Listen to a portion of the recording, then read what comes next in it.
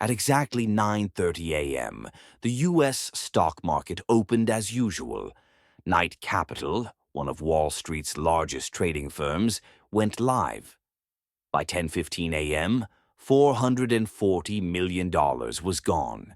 Not because of hackers, not because of a market crash, but because of software running exactly as it was allowed to. What happened in those 45 minutes didn't just destroy a company. It permanently changed how markets think about risk. Knight Capital wasn't a fringe player. In 2012, it handled roughly 17% of all U.S. equity trading volume. It sat deep inside the plumbing of the market, invisible to most investors, essential to the system. Knight's business was speed, algorithms buying and selling stocks in milliseconds, no hesitation, no emotion. Humans weren't just assisted by the system. They had been designed out of the decision loop entirely. That design choice worked perfectly, right up until the moment it didn't. The trigger wasn't dramatic, it was routine. Before the market opened, Knight deployed a software update, a standard change, meant to support a new trading feature. Nothing unusual, nothing controversial. The update was supposed to activate the same code across Knight's servers. 8 machines, same instructions, same environment. At least, that was the assumption. Buried inside some of those machines was old code, unused, untested, assumed to be harmless. Code that should never have run again. What Knight didn't realize was this. The new deployment reactivated that old code on some servers, and not on others.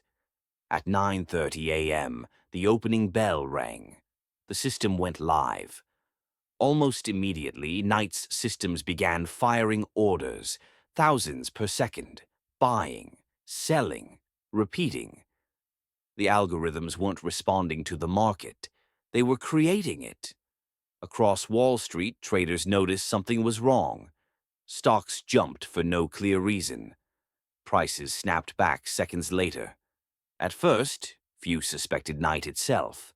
In modern markets, these glitches usually belong to someone else. That assumption cost them minutes they didn't have. Inside Knight, positions began to balloon, hundreds of millions of dollars in unwanted exposure, accumulating automatically. Phones rang. Alerts fired. Engineers scrambled. There was no single global kill switch.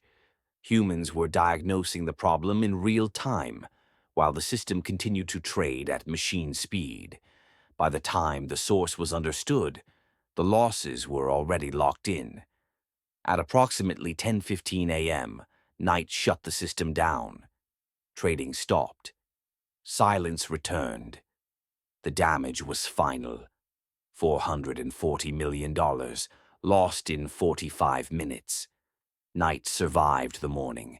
It didn't survive the aftermath. The loss wiped out most of the firm's capital. But worse, it destroyed trust. Clients pulled back, counterparties hesitated, trading volume collapsed. Within days, Knight required emergency financing, a bailout in everything but name. In high-frequency trading, reputation is oxygen, and Knight had lost it. Less than a year later, the firm was acquired, absorbed into a new entity. Its independence gone. The cause wasn't malicious. It wasn't even especially complex. It was a failure of change management, amplified by speed. Old code.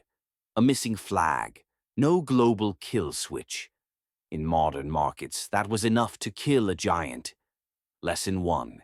If a system can act automatically, it must also stop automatically.